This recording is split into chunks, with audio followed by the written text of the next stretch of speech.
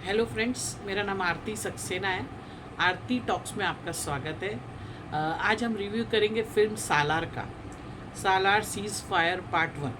तो ये फिल्म के लिए बहुत लोगों को इंतज़ार था और इसीलिए मैं आज ये पिक्चर का रिव्यू कर रही हूँ। मैंने ये फिल्म देखी और जब मैं थिएटर में गई तो मैं बहुत एक्साइटेड थी कि प्रभास की फिल्म है और काफ़ी इसका मतलब हाइप है कि पिक्चर बहुत अलग हटके होगी। बहुत बड़े बजट की फिल्म थी और इसके जो डायरेक्टर है प्रशांत नील, वो भी बहुत ही प्रसिद्ध है, साउथ के डायरेक्टर है।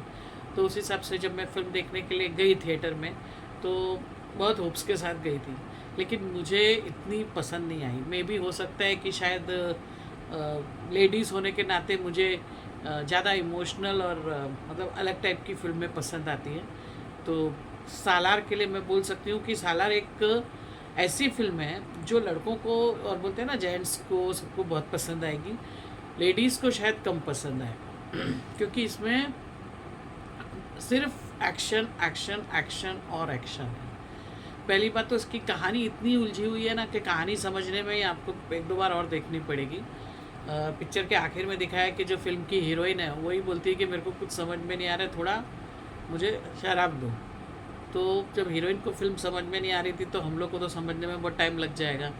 तो ओवर एंड ऑल मतलब स्टोरी काफ़ी हिस्टोरिकल है। जिसको हिस्ट्री में बहुत इंटरेस्ट है उसको पिक्चर बराबर समझ में आ जाएगी, लेकिन नॉर्मली लोगों को अगर ये फिल्म देखेंगे ना तो उनको ऐसा लगेगा कि क्या हो रहा है। लेकिन अगर एक्शन देखना है, टेक्निकली देखना है, तो फिल्म में बहुत सारी प्लस पॉइंट है। टेक्निकली फिल्म एकदम मतलब सुपर्ब है। और जो सेट्स हैं और जो लोकेशंस हैं और जो प्रेजेंटेशन है वो सब तो एकदम ही नंबर वन है। मतलब टेक्निकली देखने जाए तो फिल्म को 100 में से 100 भी दे सकते हैं, इतनी अच्छी उन्होंने दिया है। और फाइट और एक्शन की बात करें तो वो भी मतलब अच्छा है। और अगर प्रभास की बात करें तो प्रभास मतलब उतने प्रेजेंटेबल मुझे नहीं लगे जितने कि बाहुबली में लगे थे। यानी उनकी पहली फिल्म थी बाहुबली, शायद में भी उनका थोड़ा स्टार्टिंग से 3 फिल्में एक के पीछे एक फ्लॉप हुई हैं तो थोड़ा वो फ़र्क भी आ जाता है। लेकिन इस फिल्म में मेहनत उन्होंने बहुत की है, लेकिन जो एक इम्पैक्ट पड़ना चाहिए वो मुझे उतना मज़ा नहीं आया सीटी बजाने जैसा। लेकिन तेलुगु फिल्म वालों को ज़रूर अच्छा लगा होगा क्योंकि ये फिल्म तेलुगु में बनी है और हिंदी में डब है। तो हिंदी ऑडियंस को शायद ये फिल्म उतनी पसंद ना आए जितनी कि तेलुगु ऑडियंस को पसंद आएगी, क्योंकि अपनी भाषा में जब फिल्म बनती है तो उसका इम्पैक्ट अलग होता है। तो मतलब पूरी पिक्चर में एक्शन एक्शन एक्शन है और स्टोरी समझने में भी मतलब 2-3 पीढ़ियाँ दिखाई हैं और बच्चे मतलब बच्चे से लेके 25-30 साल का गैप दिखाया हुआ है। तो उसमें कहानी काफ़ी उलझ जाती है। तो मतलब ध्यान से देखेंगे तो ही पता चलेगा कि पिक्चर की कहानी क्या है। क्योंकि साउथ की फिल्मों में ज़्यादातर ऐसा होता है कि पहले सब सीन्स दिखा देते हैं, बाद में उस वो सीन के पीछे की वजह बताते हैं। तो मतलब ये दो लेडीज़ क्यों रो रही है या क्यों झगड़ा हो रहा है, क्या हो रहा है, तो ये सब मतलब बाद में समझाते हैं कि ऐसा ये वजह से ये है। तो इसलिए पिक्चर बहुत ध्यान से देखेंगे तो ही मतलब समझ में आएगा। इंटरवल तक पिक्चर काफ़ी मतलब समझने की कोशिश कर रहे थे, लेकिन उतनी समझ में नहीं आ रही थी क्योंकि सिर्फ दिखा रहे थे कि एक फैमिली, दो फैमिली, तीन फैमिली, फिर एक गुट, दो गुट, तीन गुट, ऐसे सब दिखा रहे थे। लेकिन स्टोरी उनकी क्यों, वो क्यों ऐसा कर रहे हैं, क्यों बिहेव ऐसा कर रहे हैं, वो सब नहीं समझ में आ रहा था। इंटरवल के बाद एक एक पर्दे खुले, एक एक पर्चे खुले कि ये ऐसा है, ये वैसा है, मतलब क्यों है। तो अगर आपको पूरी फिल्म देखनी है तो आपको एकदम ध्यान से देखना पड़ेगा और समझना पड़ेगा कि फिल्म तब तब आपको फिल्म अच्छी लगेगी।